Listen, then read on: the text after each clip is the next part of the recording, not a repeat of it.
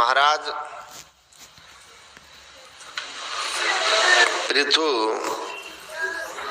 भागवत महापुराण में उनका चरित्र है। बहुत बड़े राजा हैं, बहुत बड़े सम्राट हैं। उनकी महिमा ऐसी है कि उनके नाम पर इस पृथ्वी को, इस धरती को पृथ्वी भी कहते हैं। महाराज पृथु, उनके राजमहल में जब आदि ऋषि सनत कुमार आए, उनका अभिनंदन वंदन किया और अभिनंदन वंदन करके उन्होंने उनसे पूछा कि हे ऋषि, मैं सम्राट हूं, लेकिन मैं अपने को कल्याण की स्थिति में नहीं पाता।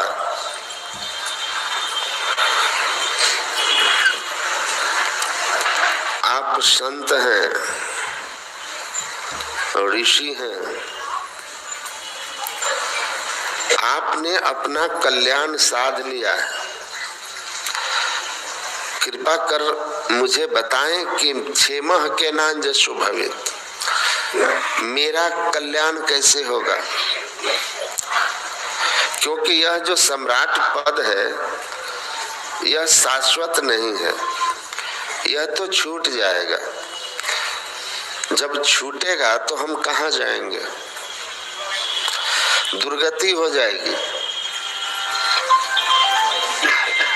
तो मुझे मेरे कल्याण का उपाय बताइए।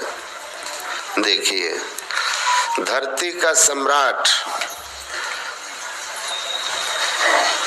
कहता है मुझे मेरे कल्याण का मार्ग बताइए, क्योंकि मुझे पता है कि यह छूट जाएगा। अमेरिका में एक राष्ट्रपति हुए थे। पहले इतनी सुरक्षा व्यवस्था नहीं हुआ करती थी।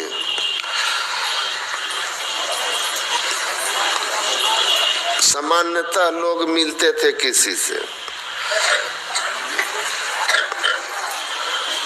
वो अपने राष्ट्रपति भवन के अंदर ही बने हुए बगीचे में टहल रहे थे।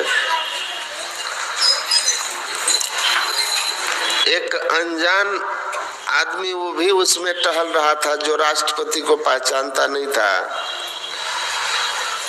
तो उसने राष्ट्रपति से कहा कि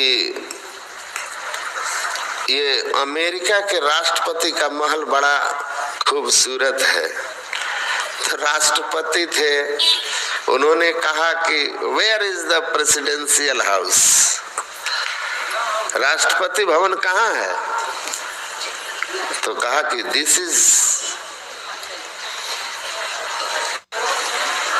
कहा no president is staying here, this is not a presidential house। कहा तब क्या है ये? क्या है?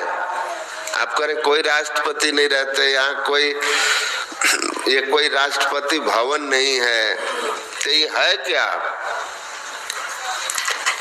जिसको हम लोग मुसाफिर खाना बोलते हैं। मुसाफिर खाना है। No one is staying here, everyone is passing through। यहाँ कोई ठहरता नहीं है, सभी यहाँ से गुजरते हैं। मुसाफिर खाना है। रेलवे स्टेशन पर मुसाफिर खाना होता है ना, बस वहाँ लोग इंतजार करते हैं अपनी बारी का, वेटिंग रूम, अपनी ट्रेन की बारी का इंतजार करते हैं। कोई टिकता नहीं है। कहा बहुत आए गए, जो है वो भी जाएगा। ये मुसाफिर खाना है, संसार मुसाफिर खाना है। राजा हैं, सम्राट हैं, उनका ज्ञान है। उनको इस बात का अहंग नहीं है कि मैं सम्राट हूं। उनको पता है कि यह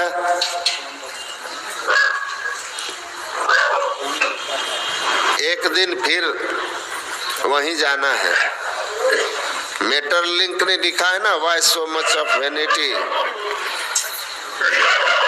after all the courtyard is your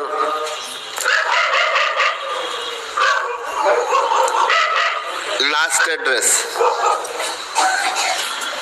उन्होंने कहा किस बात का अहंग करते हो, अंत में तो तुम्हारा कब्र ही स्थान बनने वाला, निवास होने वाला है, एड्रेस बनने वाला। किस बात का अहंकार?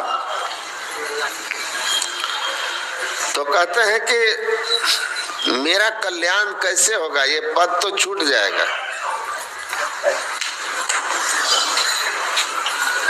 मुझे मेरे कल्याण का उपाय बताइए।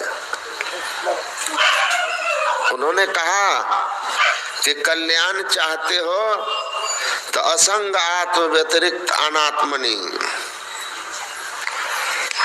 आत्मा और अनात्मा का जो संबंध है,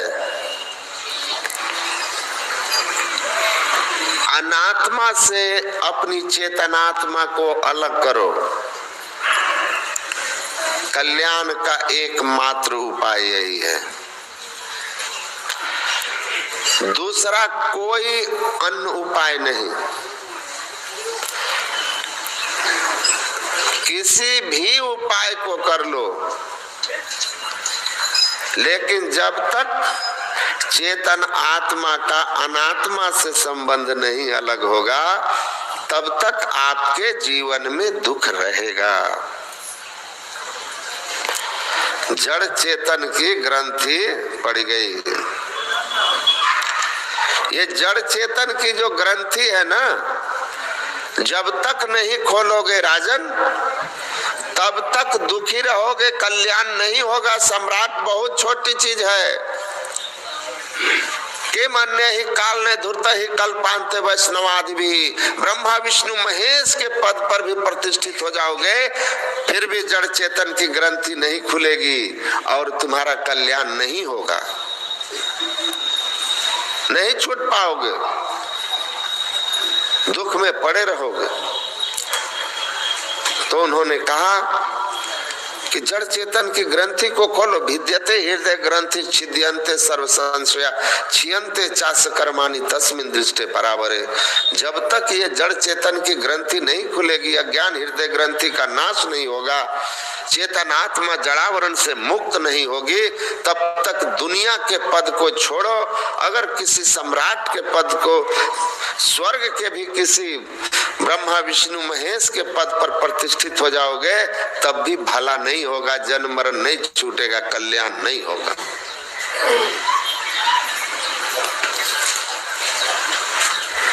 तो उनको अनुभव है, जड़ चेतन की ग्रंथि को खोले हुए हैं, परे से परे परमात्मा में प्रतिष्ठित हो गए हैं। ऐसे महापुरुष संत हैं, उन्होंने अपना कल्याण बना लिया। अब कल्याण की बात सीधा कहते हैं, जड़ चेतन की ग्रंथि खोलो। काग भुसुंडी ऐसे ही महापुरुष हैं, जिन्होंने अनुभव किया है।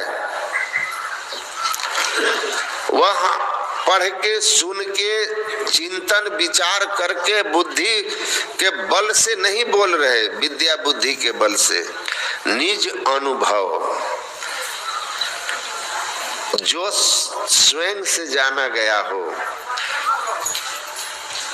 हम स्वयं चेतन आत्मा है, और चेतन आत्मा से जो जानने में आया वही परमात्मा है, और जो चेतन आत्मा से जाना गया वही अनुभव ज्ञान है। उसके पहले के ज्ञान पर आप भरोसा नहीं कर सकते। इंद्रियों के ज्ञान पर तो बिल्कुल नहीं। लोग कहते ना कि आंख से हम देखे, भाई आपकी आंख की कितनी गारंटी है कि सही देखता है? आप हमको बता दीजिए। आप खड़े हो जाइए रेलवे ट्रैक के बीच में, और आपसे पूछेंगे कि बताइए तो आगे ट्रैक अलग अलग है कि मिला हुआ है?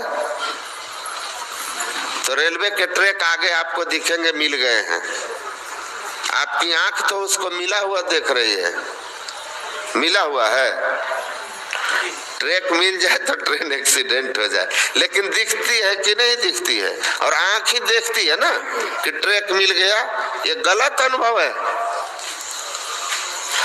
मृग मरीचिका में जो जल का भान होता है, बालू में दोपहर को जल का, जाइए ना, मैं तो गया हूं उधर राजस्थान के इलाके में, दोपहर में आप चढ़ जाइए किसी के छत पर जैसलमेर में,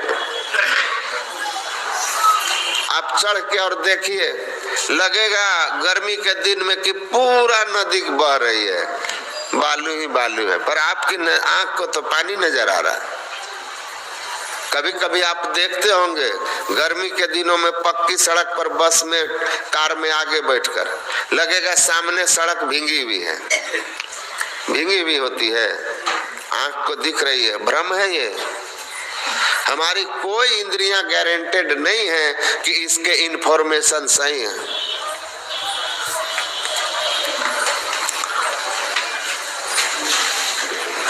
चेतन आत्मा ही सत्य है, उसी से जो ज्ञान होता है वही ज्ञान सत्य है। जब संसार ही मिथ्या है, ब्रह्म सत्यम जगन मिथ्या, तो संसार ही मिथ्या है, तो इंद्रियां संसार ही ग्रहण करती है, तो सत्य ज्ञान कैसे हो सकता है? हो ही नहीं सकता।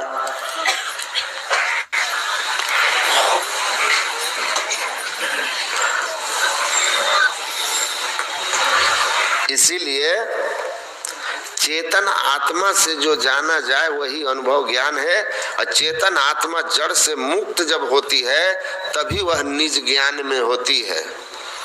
और ये अवस्था जिनकी हो गई, जड़ चेतन की ग्रंथि खोल लिया, स्थूल सूक्ष्म कारण महाकारण चारों जड़ावन से जिसने अंतर साधना करके अपनी चेतना को मुक्त कर लिया, वही कल्याण की स्थिति में है, बाकी कोई नहीं। चाहे ब्रह्मा विष्णु महेश क्यों न हो जाए। जग पेखन तुम देखनि हारे, विधि हरि शंभु न चावनि हारे, तेऊ न जानहि मरम तुम्हारे। तो संत को अनुभव होता है, काग भुसुंडी को अनुभव है, और जिनको अनुभव है उन्हीं की बात प्रमाण है। चेतन आत्मा से जिनको ज्ञान हुआ है, अपने तय से जो ज्ञान ग्रहण किया है, उसी का बात प्रमाण है। पलटू साहब कहते हैं, अनुभव प्रगास भया जिनको तिन्ही की बात प्रमाण है जी। अनुभव प्रकाश किसको हुआ? अंतर के सब पट खुल गए, तिसका ही पक्का ज्ञान है जी।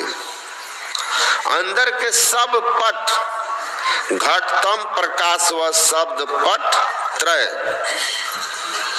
जीव पर है छा रहे, जिसके अंधकार प्रकाश और शब्द के तीनों पर्दे या जड़ के चारों आवरण हट गए, उसी का अनुभव ज्ञान है, उसी का पक्का ज्ञान है। तीन लोक प्रवृत्ति की बात कहे, उसका तेज कैसा जैसे भान है जी। पलटू जगत को पीठ देवे नहीं, संत होना आसान है जी। संसार से एकदम मुक्त हो गया। कहते संत होना इतना आसान नहीं है, लेकिन लोग संत बनते हैं। और जितने मनुष्य तनधारी हैं, संत बनने की सब में ईश्वर ने व्यवस्था दी है।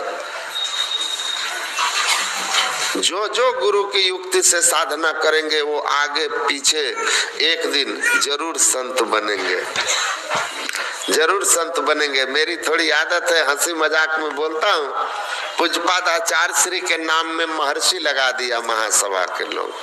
शताब्दी में शांति संदेश 1.5 महीना हो गया, छपा ही नहीं। आचार्य श्री ने डिटो कर दिया कि मैं अपने नाम में महर्षि लगने नहीं दूंगा।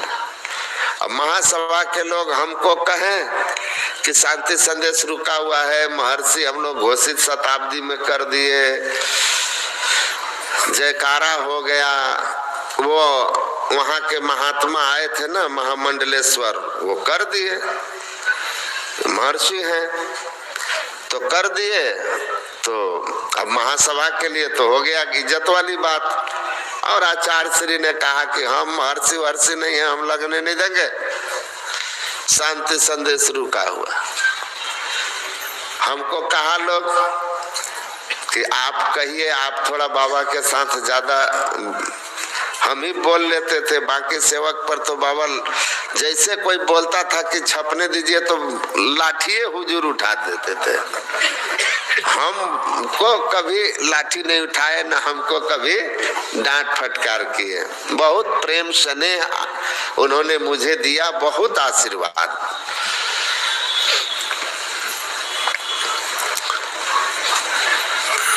तो मैं कहा कि हुजूर, महासभा के लोग कहते हैं हमारा सम्मान है, इतने लोगों में घोषणा हुई है, पत्रिका लेट हो रही है,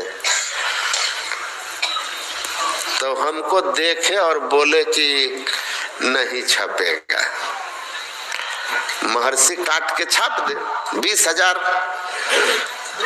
हमारा जहां नाम छपा है प्रवचने में न छपा है। जो प्रवचन में लिखा रहता था स्वामी हरिनंदन जी महाराज का प्रवचन, वहां महर्षि हरिनंदन महाराज लिखा हुआ है। तो उस एक पन्ना को हटा दे, मतलब 4 पन्ना एक साथ हटेगा। 20,000 कितना लगा होगा? 15-20 हजार हम दे देते हैं, दूसरा छाप दे। हम बोले वो लोग पैसे की बात नहीं है, वो उनकी वो बात है। तो नहीं छोड़ दियो, वहां बीच में नहीं पड़ियो।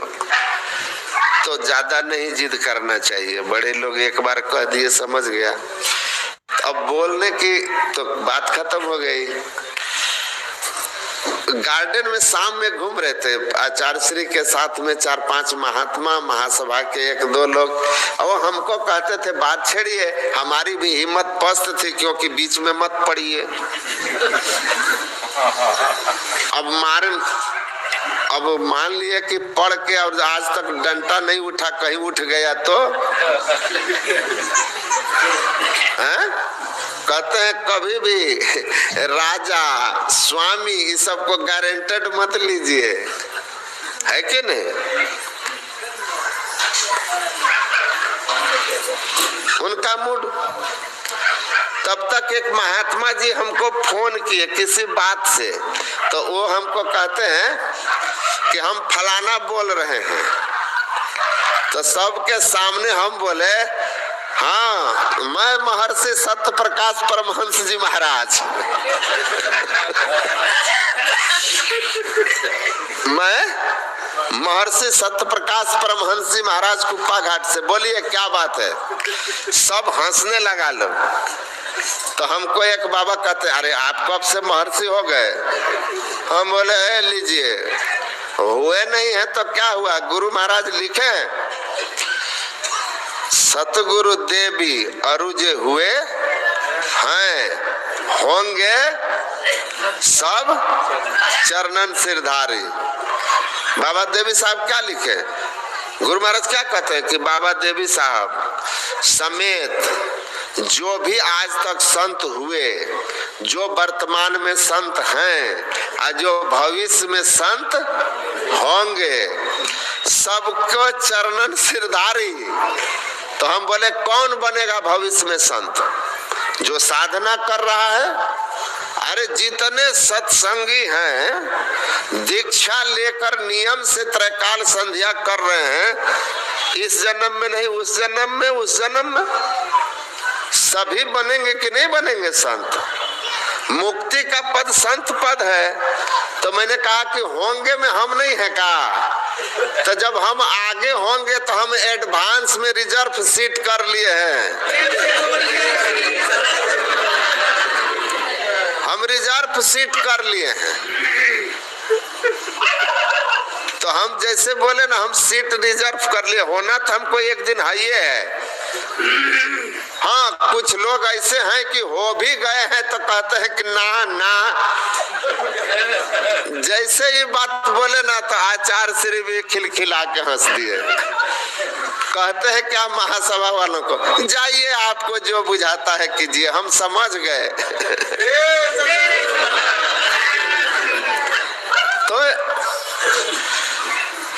जो चल रहा है पहुंचेगा, सब पहुंचेगा, ये तो गारंटी है। जो भी ध्यान कर रहा है वो चल पहुंचेगा। संत की अवस्था आएगी, अनुभव ज्ञान होगा, यही ना है।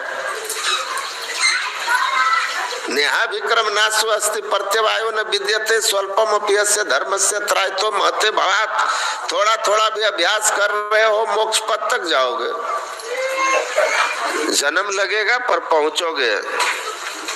भगवान कृष्ण कहते हैं हाँ, कम और ज्यादा जन्म लगेगा पर संसिद्धिस ततो याति परम गति, परम गति आएगा। जो चला है पहुंचेगा, क्योंकि भक्ति बीज बिन से नहीं। तो अनुभव प्रकाश है जिनके तीनों पट खुल गए, उनका ज्ञान पक्का है। जाको अनुभव आग लगी, कसमल सकल जरी तन भीतर ऐसी प्रेम पगी। बिनु मसी लिखे कलम बिनु कागद, आगम निगम तत्सारा। प्रेम रूपनी ब्रह्म शब्द निहारे, ब्रह्म विचार की धारा। कबीर साहब कहते हैं जिसको अनुभव की आग लगी ना, उसके सारे विकार जल के भस्म हो जाते हैं। आप बिना कलम कागज के छुए, कबीर स्कूल नहीं जाते हैं, मसी कागज छुओ नहीं, कलम गहो नहीं हाथ। लेकिन कहते हैं आगम निकम तत्सारा, वेद पुराण धर्म शास्त्र में जितने भी दिव्य से दिव्य ज्ञान है, समस्त ज्ञान उसके हृदय में प्रकट हो जाता है, उसके अंदर में प्रकट हो जाता है बिना पढ़े। क्योंकि देहस्था सर्व विद्याश्च देहस्था सर्व देवता देहस्था सर्व तीर्थानि गुरु आज्ञा न लभ्यते। सब कुछ घर में ही, बाहर ना ही, बाहर टोले सो भरम बुलाए। सब कुछ घर में ही, सबके आपके अंदर में है। तो जो उस अवस्था में गए हैं, अनुभव ज्ञान हुआ, विकार मुक्त हुए, ब्रह्म ज्ञान प्रकट हो जाता है, फिर उसको किसी से कुछ जानना नहीं रहता है। सब धर्म शास्त्र में अनुभव की वाणियां हैं संतों की, उसकी वाणी वह अनुभव उसके अंदर भी प्रकट हो जाता है। बस भाषा का अंतर होता है। जो उसको अनुभव किया लोकहित में उस समय की भाषा में कहा, ऋषि संस्कृत में बोले, तो विदेश में कोई संत हुए ईसा जैसे, तो उन्होंने इंग्लिश या उस समय हिब्रू लिपि थी शायद, उसमें उस समय की जो भाषा थी उसमें बोला। बुद्ध पाली में बोलते हैं, महावीर प्राकृत में बोलते हैं, गुरु नानक देव जी पंजाबी में बोलते हैं, तो कबीर की परंपरा जो है हिंदी में बोलती है। तो इसीलिए कहा कि भाषा तो संतन ने कही, संस्कृत ऋषि की बानी है जी। जो काली पीली धेनु दुहिया एक क्षीर सो जानी है जी। जो सरिता सागर नीर जथा सिद्धांत तिहु में पानी है जी। कहे कबीर एक मत लीजिए भिन्न माने ते अज्ञानी है जी। कहते भाषा पर मत जाओ, तत्व वही है, अलग अलग भाषाएं हैं, तत्व में भेद नहीं है। तो अनुभव ज्ञानी है, जे पहुंचे थे कही गए, तिनकी एक बात, सबे से आने एक मत, तिनकी एक जात। अपनी महिमा है अनुभव ज्ञान की। एक गरेड़िया, ऐसे स्कूल था, खुला हुआ स्कूल, आम के कुछ पेड़ थे, शिक्षक पढ़ा रहे थे। गरेड़िया अपने भेड़ों को छोड़ दिया था चरने के लिए और आम के पेड़ के नीचे सो गया। बगल में सामने शिक्षक जोर जोर से पढ़ा रहे हैं बच्चों को। शिक्षक ने एक सवाल पूछा, कहा बताओ,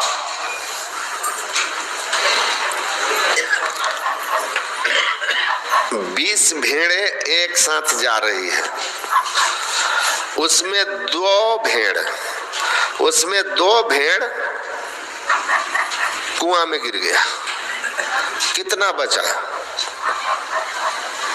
तो लड़कों ने कहा 18। तो शिक्षक बोलते हैं हाँ, 20 भेड़ थे, उसमें 2 गिर गए, 20 - 2 बराबर 18। सही है। गरेड़िया सोया हुआ था, कहा गलत जवाब। शिक्षक सुन लिए, कहा इधर चराता है भेड़ बकरी, हम है मैथ के शिक्षक, मैथ से ऑनर्स हैं हम, और तुम हमको जोड़े घटाओं में गलत साबित कर रहा है गरेड़िया होके।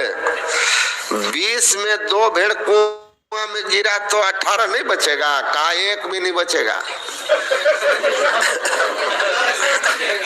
1 भी नहीं बचेगा।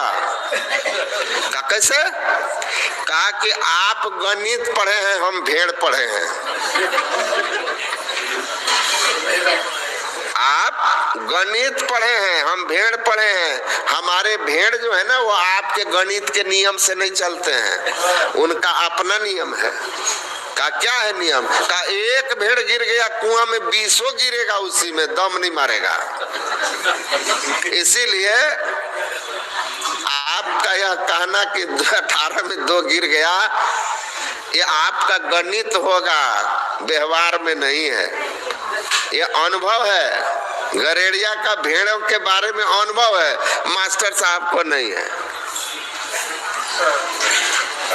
तो अनुभव ज्ञान है। काग भुसुंडी कहते हैं अनुभव ज्ञान है हमारा। सुनो, अनुभव ज्ञान कह रहा हूँ, कहीं से उधार लेके नहीं कह रहा हूँ, किसी का पढ़ के नहीं कह रहा हूँ, किसी का लेके नहीं कह रहा हूँ, अपना अनुभव कह रहा हूँ। निज अनुभव अब कहूं खगेशा, हे पक्षीराज अपना अनुभव कह रहा हूं, सुनो। बिनु हरि भजन न जाहि कलेसा, बिना हरि भजन किए जीव के जीवन से दुख का नाश नहीं होता है। कौन जो निज जन्म उनाही, मैं खगेश भ्रमि भ्रमि जग माही, थकऊ करी कोटि कर्म गोसाई, सुखी न भयऊ अजहू के नाई। कौन ऐसी जोनी है जहां मैं जन्म नहीं लिया और जन्म लेकर मैंने सुखी होने का साधन नहीं किया। करोड़ों उपाय करके मैंने देखा लेकिन सुखी नहीं हुआ। आज मैं जैसा सुखी हूं, वास्तविक सुख ही है। कैसे सुखी हुआ? तो बिनु हरि भजन न जाहि कलेसा, ईश्वर की भक्ति से सुख हुआ। गुरु नानक कहते हैं क्यों मन विषया शिव लिपटा है। कहाँ संसार में लिपटे हुए हो, जनी लिपटो रे प्यारे जग परदेसवा, सुख कछुए वहाँ नहीं। कहाँ लिपटे हुए हो संसार में? सुख नहीं मिलने वाला, किसी को नहीं मिला, तुमको कैसे मिल जाएगा? वहाँ सुख है ही नहीं। या नगरी कोई रहन न पावे, एक आवे एक जाही, जो दिसे सो सकल बिना से, ज्यों बादर की छाही। तजी अभिमान शरण संतन गहो, मुक्ति हो ही छिन माही, अजन नानक भगवंत भजन बिनु, सुख सपने हो नाही। बिना ईश्वर भजन के स्वप्न में भी सुख नहीं होगा। इसी बात को गुरु महाराज कहते हैं कि मास फागुन मस्त होई के किए बहुत बनाओ हो, ऊंचे महलन जड़ित मणिगण, सुख तबहु नहीं पाओ हो।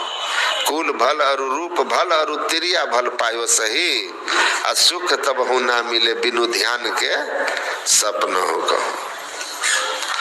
बिना ध्यान के सुख शांति नहीं आएगी स्वप्न में भी। इसीलिए ईश्वर भक्ति कीजिए, ध्यान कीजिए, इसी से कल्याण है, भला है। कहा क्या करें, संसार की ओर से मन हटता ही नहीं, अब भगवान में लगता ही नहीं। संसार ही मन में भार, मन बुद्धि में संसार सुख की ही प्राथमिकता है, और इसीलिए हमारा मन जो है संसार सुख की ओर भागता है। तो क्या करें? कहते तो हैं आप, ठीक है मान लिया, लेकिन मेरा मन लगता कहाँ? मेरा मन तो विषय सुख में ही भागता है। तो कहा मन ऐसे नहीं लगेगा, राम कृपा बिनु सुनु खगराई, जानी न जाई राम प्रभुताई। आ जाने बिनु न हो ही प्रतीति, बिनु प्रतीति हो ही नहीं प्रीति। अब प्रीति बिना नहीं भगति दृढ़ाई, जिमि खगेश जल के चिकनाई। जब तक परमात्मा की महिमा को नहीं जानोगे, परमात्मा में प्रेम नहीं होगा। और महिमा को बार बार सुनना होगा। क्यों कहते हैं सत्संग नित? स्वाभाविक सत्संग नित और ध्यान नित क्यों कहते हैं? नित करो, एक दिन में नहीं होगा, बहुत बार करना होगा। जब बहुकाल करिए सत्संगा, तब ही होए सब संशय भांगा। भागवत महापुराण में भगवान श्री कृष्ण कहते हैं, ध्ययान विषयान पुंसो विषयसु विसज्जते, मामनुस्मर्तस्य चित्तम मयि एव प्रविर्लीयते।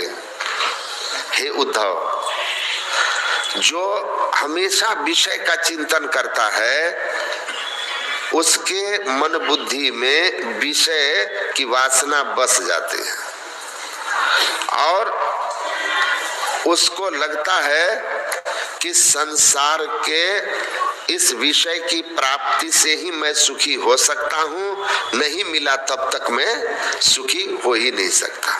उसका मन मतलब विषयों के चिंतन से मन विषय से बंध जाता है, और जब मन विषय से बंध जाता है तो उस विषय के प्राप्त हुए बिना उसको रहा नहीं जाता है। काम अछत सुख सपने होना है। वस्तु पाने की कामना जग गई, अब उसकी प्राप्ति जब तक नहीं होगी आपको लगेगा कि हम सुखी नहीं हैं, लेकिन प्राप्त भी हो गया तो महापुरुष कहते हैं कि जिमि प्रति लाभ लोभ अधिकाई।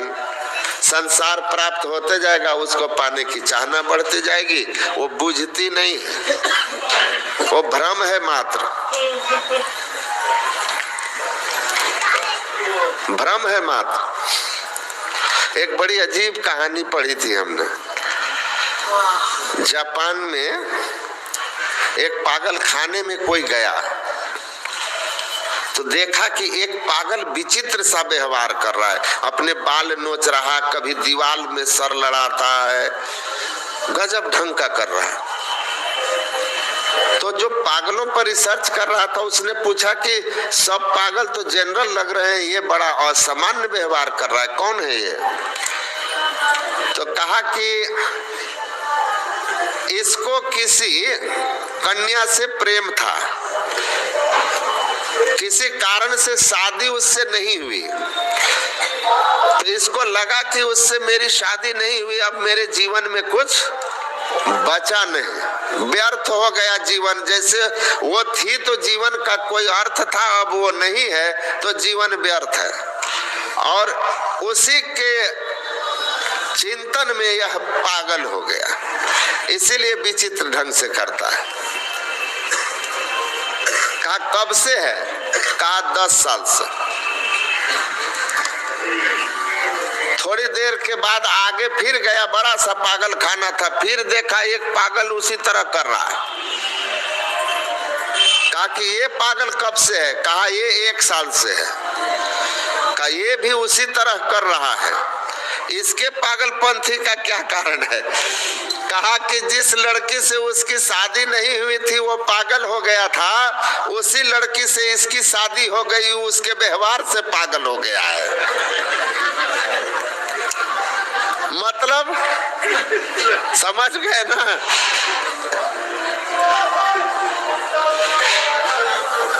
यही है दुनिया। दुनिया कहती है जिसको जादू का खिलौना है, मिल गया तो खाक सम, नहीं मिला तो सोना है। यही संसार है। तो कहा देख लीजिए। तो इसीलिए कहा कि कामनाओं के हिसाब से कामनाओं के पीछे भागोगे तो दुखी रहोगे। ये भरती नहीं है, ये मनुष्य की खोपड़ी। गुरु महाराज कहते हैं मनुष्य की खोपड़ी संसार से भरती नहीं है, कितना भी डाल दो। मौलाना रूम ने तो कहा किसी एक व्यक्ति को दुनिया के सारे पांचों विषय लाके रख दीजिए, सारा धन वैभव स्त्री, लेकिन जैसे ओस से कुआं नहीं भरता उसका मन नहीं भरेगा।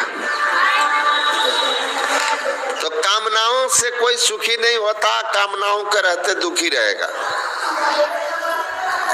इसका अंत नहीं होता। तृष्णा ऐसी भंवर है जिसमें फंस गए तो नाचते नाचते मरेंगे डूब के। आप कोई उपाय नहीं, इससे बाहर निकलना होगा आपको। शांति चाहिए तो महापुरुष लोग कहते हैं कि परमात्मा के जो बार बार ऐसा चिंतन करेगा, बार बार किसी विषय का ध्यान करेगा, उसका मन उस विषय से बंध जाता है। और जब लगता है संसार ही मेरे लिए सुख है, तो फिर उसके जीवन में दुख का अंतहीन सिलसिला शुरू होता है। लेकिन मामनुष मर्तस्य चित्तम मयि एव प्रविलीयते, लेकिन जिसका मन बुद्धि बार बार इस बात का चिंतन करता है कि मेरा सुख परमात्मा में है, परमात्मा ही एकमात्र हमारे सच्चे सुख के आश्रय हैं, उन्हीं को पाकर सुखी हो सकते हैं। सब विषय पसारा भव की जारा, या में नहीं आराम, अंतर पथ चालो प्रभु को पालो, प्रभु बिनु नहीं विश्राम। जिनकी बुद्धि इस बात को बार बार चिंतन करेगी, प्रभु बिनु नहीं विश्राम, विश्राम तो केवल, आराम तो केवल, सुख तो केवल परमात्मा में है। परमात्मा की महिमा का गुणानुवादन, उनकी चर्चा सुनेगा, उनकी महिमा सुनेगा, उसका मन धीरे धीरे परमात्मा में बंध जाएगा। फिर वहां से उस सुख का द्वार खुलेगा। संसार में बंधे तो दुख का द्वार, और ईश्वर में सुख है का भाव बना तो सुख का द्वार खुला है। इसलिए स्वामी विवेकानंद कहते थे, if your intellect is contemplating repeatedly that my happiness is in the worldly things, your intellect will attach to it and you will fall in the cycle of endless cycle of miseries।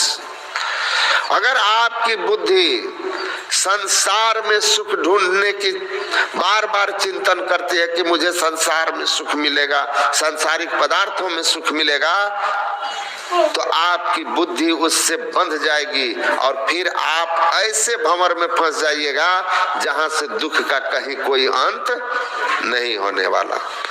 लेकिन अगर आपकी बुद्धि संसार को छोड़ करके परमात्मा में सुख देखने लगे, तो आपके लिए आनंद का मार्ग खुल जाएगा। तो हम बार बार उधर मन को लगाएं, कैसे होगा? गुरु महाराज कहते हैं कि बार बार जिस बात को सुनोगे धीरे धीरे मन उस ओर मुड़ जाता है। जिस चीज को बार बार सुनेंगे आपका मन मुड़ जाएगा। पांडवों को भेजना था वारणावत, तो जब भी वो आते थे राज दरबार में तो काशी की महिमा सुनाना शुरू करता था शकुनी, कर्ण, दुर्योधन। इन लोगों का मन हो गया कि हम लोग भी काशी देखें। चले गए। वो अपने जो पहला उद्देश्य था कि इनको किसी तरह काशी भेजो, तो उसमें तो सफल हो गए। तो हमको परमात्मा के महिमा को सुनना है, सत्संग सुनना है, इसीलिए रोज सत्संग करो। 2-4 दिन में यह मन जो है ना छूटने वाला नहीं है, वो खड़ने वाला नहीं है। जन्म जन्मांतर से विषय भोग के मन में संस्कार बैठे हुए हैं, इंद्रियां उसमें, हे इंद्रिय तुम भोग दीवानी, ये फंसे हुए उधर, इसको उखाड़ना है। उखाड़ने के लिए प्रयत्न करना होगा। सत्संग मत छोड़ो, पकड़ के रहो सत्संग को, पकड़ के रहो ध्यान को। जो सत्संग छोड़ देगा ध्यान छोड़ देगा, नहीं हो पाएगा उससे। अब जिनका संस्कार एकदम आकाश में उठा हुआ है, अंतिम जन्म है भगवान बुद्ध वाला 549 जन्म गुरु महाराज के तरह है, तो उनकी बात अलग है। वैसे गुरु महाराज ने स्वयं कहा था बाबा देवी साहब को कि मेरा मन ध्यान में उचटने लगा है, तो बाबा देवी साहब ने कहा भोजन करता है जल पीता नहीं है, पचेगा कैसे? बीच बीच में सत्संग भी किया करो, सत्संग भी किया करो। तो सत्संग नित और ध्यान नित रहिए, करत संलग्न हो। सत्संग और ध्यान पकड़े रहिएगा तो धीरे धीरे आपका मन संसार की ओर से मुड़ने लगेगा। हो जाता है, सुनते सुनते सुनते सुनते बुद्धि में बात बैठ जाती है। चूक हो जाएगा तो अफसोस होगा। जब आपको अपने किसी चूक पर पश्चाताप हो गया तो यकीन मानिए कि आप पर कृपा हो गई है गुरु महाराज की, वरना पाप करके सब कोई पश्चाताप नहीं करते। पर कबीर साहब कहे घबराओ मत, मार्ग चलते जो गिरे ताका नाही दोष, कह कबीर बैठा रहता सिर कर रहा कोस।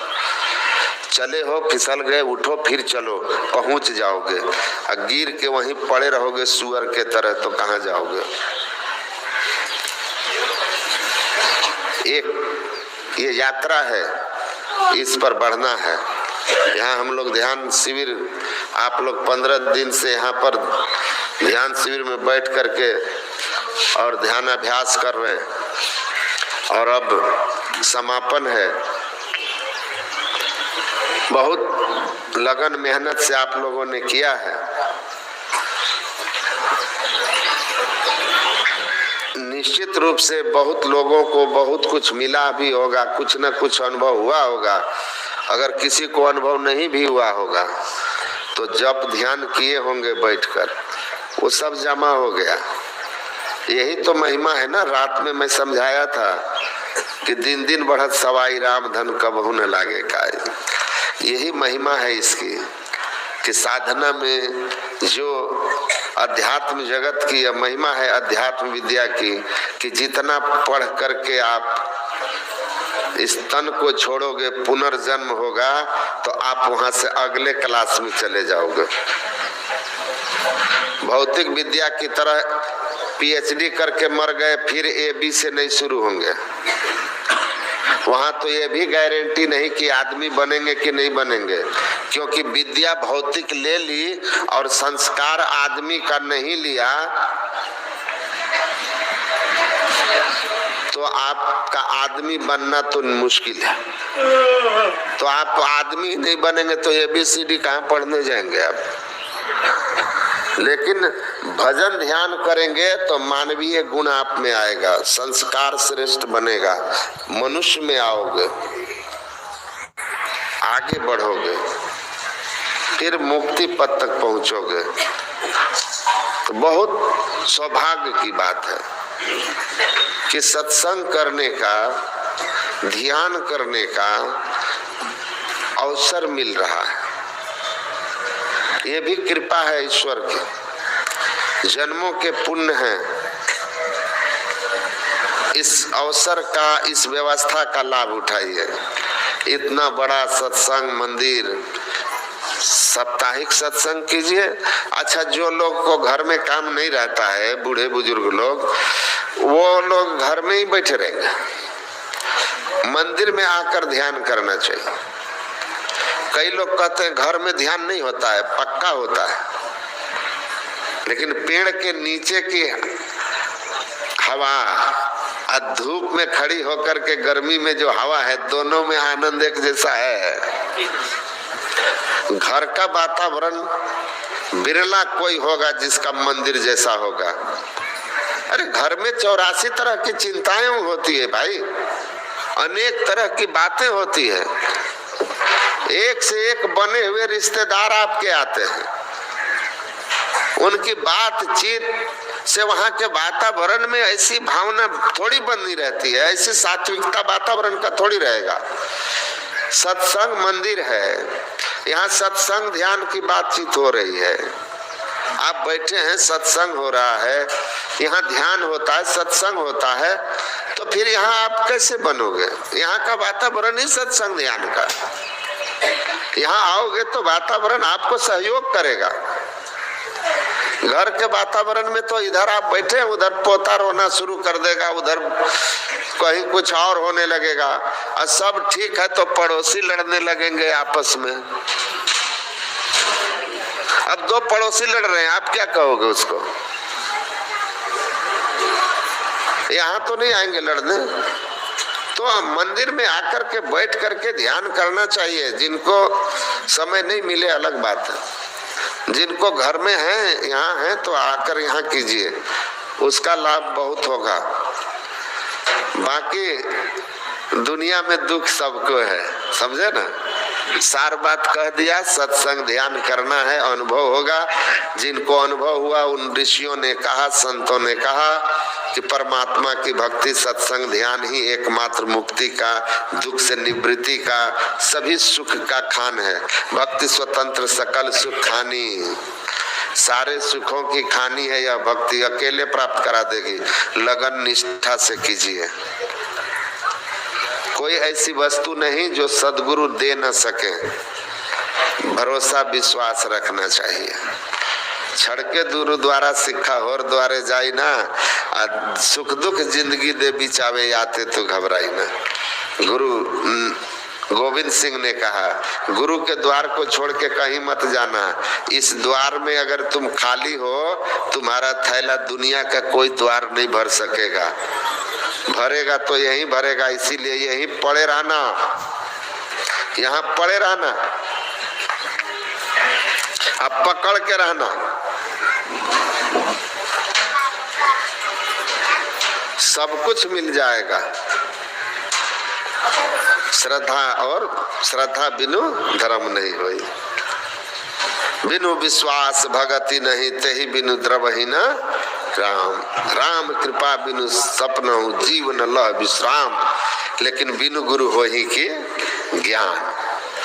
तो गुरु के शरण में रहिए, उनके शरण में रहिए, सुनिए, भरोसा रखिए, विश्वास कीजिए, आपका काम बनेगा। दुखी तो, सुख दुख तो सबके पास है। कौन है? कबीर साहब क्या कहते हैं? तन धर सुखिया काहू न देखा, जो देखा सो दुखिया। सबको दुख है। उदय अस्त की बात कहते हैं, सबका किया भरोसा हो, घाटे बाढ़े सब जुग दुखिया, क्या बिरही बैरागी हो। सबको दुखी। कौन सुखी है? वही बस जो विद्यते हृदय ग्रंथि हो गया, जड़ चेतन की ग्रंथि खोल लिया, संत हो गए, संत सुखी मन जीती हो। तो सब दुखी हैं। इमर्सन हुए अमेरिका में, कहते थे laughing face does not mean absence of sorrow. हंसते हुए मुस्कुराते हुए चेहरों को देखकर मत समझना कि इसके भीतर कोई दुख नहीं छिपा है।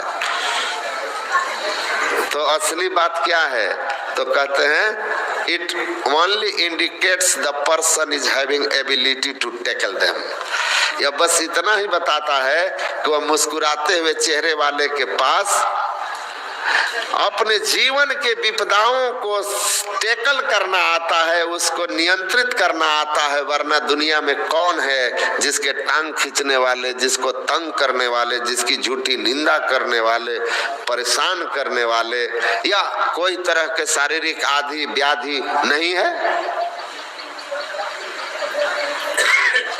तो ये सत्संग और ध्यान आपको वह सामर्थ्य देगा जिससे आप संसार के कांटों के बीच भी हंसते हुए गुलाब की तरह अपनी जीवन यात्रा पूरी करेंगे। वरना दुख तो है। देह धरे का दंड या सब काहू को होए, ज्ञानी भुगते ज्ञान से, अज्ञानी भुगते रोए। ज्ञानी ज्ञान से भोगते हैं, अज्ञानी रो रो के भोगते हैं। वरना दुख किसको नहीं है? सबको है। संसार ही है। दुखालयम कहा था मैं, दुखालय में दुखों का घर है। भोजनालय में जैसे भोजन मिलता है, दुखालय में दुख ही दुख है। इसीलिए जनी लिपटो रे प्यारे, निकल लो यहाँ से। एक पति पत्नी कोर्ट पहुंचे, कोर्ट गए पति पत्नी, वो तलाक के लिए पति ने पत्नी के खिलाफ तलाक की अर्जी दी। कहा हम तलाक लेंगे इससे। जज पूछा क्या बात है, क्यों तलाक लेना चाहते हो? कहा कि रोज हमसे, ये मांसाहारी महिला है, मांस हम भी खाते, पुरुष खाता है, लेकिन इसको डेली चाहिए और जितना मीट उससे दुगना प्याज डालती है। अब प्याज हमसे कटवाती है और इतना तेज प्याज कि आंख से आंसू निकलता है और रोज हमको काटना पड़ता है। लहसुन दे देती है इतना इतना, छोड़ाओ, नाखून हमारा खराब होने लगा।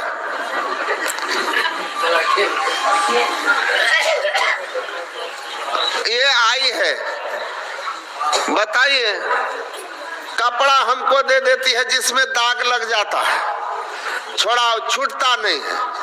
हम तंग हो गए हैं इसलिए तलाक लेना चाहते हैं। जज साहब कहा सुनो सुनो सुनो, प्याज काटने के पहले फ्रिज में डाल देना, थोड़े देर ठंडा हो जाएगा, फिर काटोगे तो उसमें से गैस नहीं निकलेगा, आंसू नहीं आएंगे। लहसुन को नाखून से छीलने के पहले थोड़ा सा तवे पर गरम कर लेना, मुलायम हो जाएगा तो नाखून से आराम से छोड़ा लोगे। कपड़ा जो इसमें दाग लगा हो उसको गर्म पानी में सरफ में डाल देना, थोड़े देर गर्म पानी में सरफ में डाल के रखना, फिर रगड़ोगे तुरंत छूट जाएगा। और हाँ, कभी बहुत बर्तन जिसमें जूठा एकदम सूख गया होता है, क्या बोलते हैं आप लोग, खरकट गया,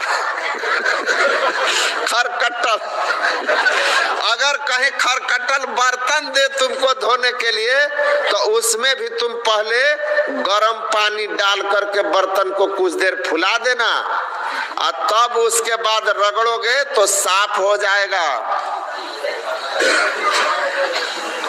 कहा कि सर समझ गए। कहा समझा? कहा जी समझ गए। कहा क्या समझा? कहा कि यही समझे कि हम तो मास्टर हैं, आप जज हैं, लेकिन मास्टर से ज्यादा हालत खराब आपका है जज साहब। आपका हालत हमसे ज्यादा खराब है। समझ गए हमको तो अब तक खरकट्टल नहीं मिला है, आप खरकट्टल तक समस्या झेल चुके हैं तो हम ठीक ठाक हैं, समझे ना। तो समस्या सबको है, आप ही मत समझिएगा खाली हम ही को है, ये सब जूझ रहे हैं इस समस्या से। तो अनेक तरह के कांड है। देखिए पुरुष लोग इतना ठहाका मारेंगे जब बोलिएगा ये सब बात। तो हम एक आदमी से बोले कि हो आपकी माँ बोल रही थी कि आप पत्नी से डरते हैं, आज सही बात भी नहीं बोल पाते हैं। तो हमको कहते हैं क्या वो कि दशरथ जी को हिम्मत हुआ था कैकेयी के सामने। आप ही लोग ने बोलते हैं सत्संग में कि कोप भवन सुनि सच उराऊ, अब भय बस अंगहुड़ पड़ऊ न पाऊं।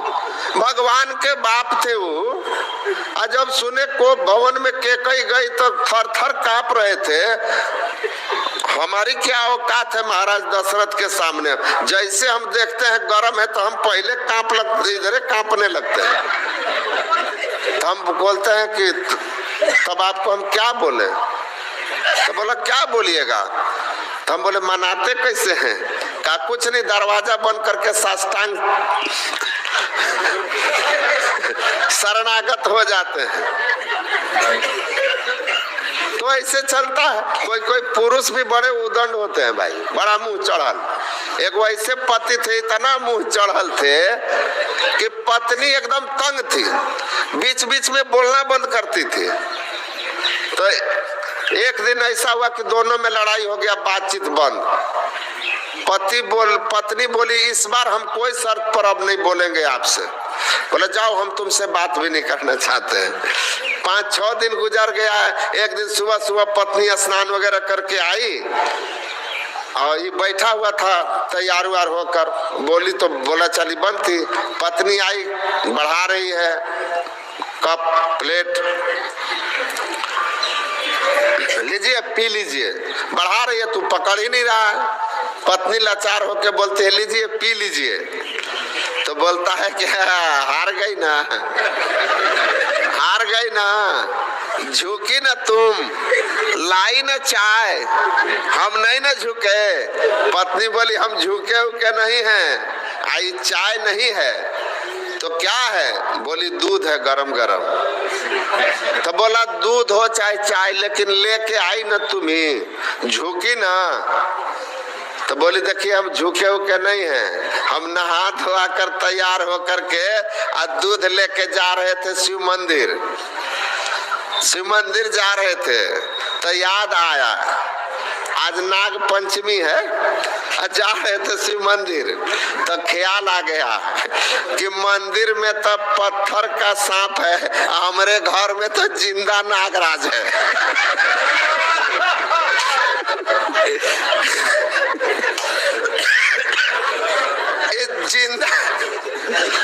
जिंदा नाग जब घरे में है तो काहे ला पत्थर पर जाए दूध चढ़ाने? हम आ गए आप ही को चढ़ाने। लीजिए पी लीजिए और अपना और जहर बढ़ा लीजिए। तो देखिए ये सब समस्याएं हैं, जिंदगी में चलती रहती है।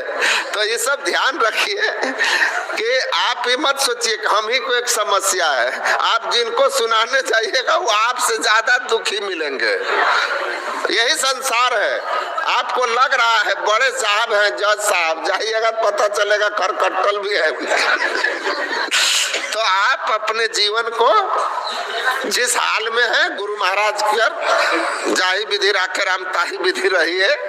अरे सुख दुख जिंदगी में आता है, इस पर घबराइए मत और रोज सत्संग ध्यान करते रहिए। एक दिन आप भी गुरु की कृपा से सत्संग ध्यान में लगे रहेंगे तो ऐसे भी दुख जो आएगा ना उसका प्रभाव घट जाता है, घट जाता है। जो होवे सूली सजा कांटे ही टल जाए। और उसके साथ साथ आपको साधना से योग क्षेम वहां में हम भी तो है। भगवान कहते हैं जो भक्त होते हैं जो चाहिए उसकी व्यवस्था भी मैं कर देता हूँ, उसकी रक्षा भी करता हूँ। गुरु महाराज कहते हैं भरोसा नहीं है तो गुरु भक्त बन के देख लो योग क्षेम होता है कि नहीं होता है। तो आपका लोक परलोक सब बन जाएगा। महती कृपा है गुरु महाराज की कि आप लोगों के समाज में श्रद्धेय पूज्य राम बाबा जैसे महापुरुष हैं जिन्होंने यहाँ पर ऐसे मंदिर का निर्माण अपने नेतृत्व में किया है और ऊपर इतना सुंदर हुआ। आप लोगों का शुभ हो, मंगल हो, कल्याण हो। मैं यही दुआ प्रार्थना आप सबके लिए गुरु महाराज से करता हूँ। बोलिए श्री सद्गुरु महाराज की।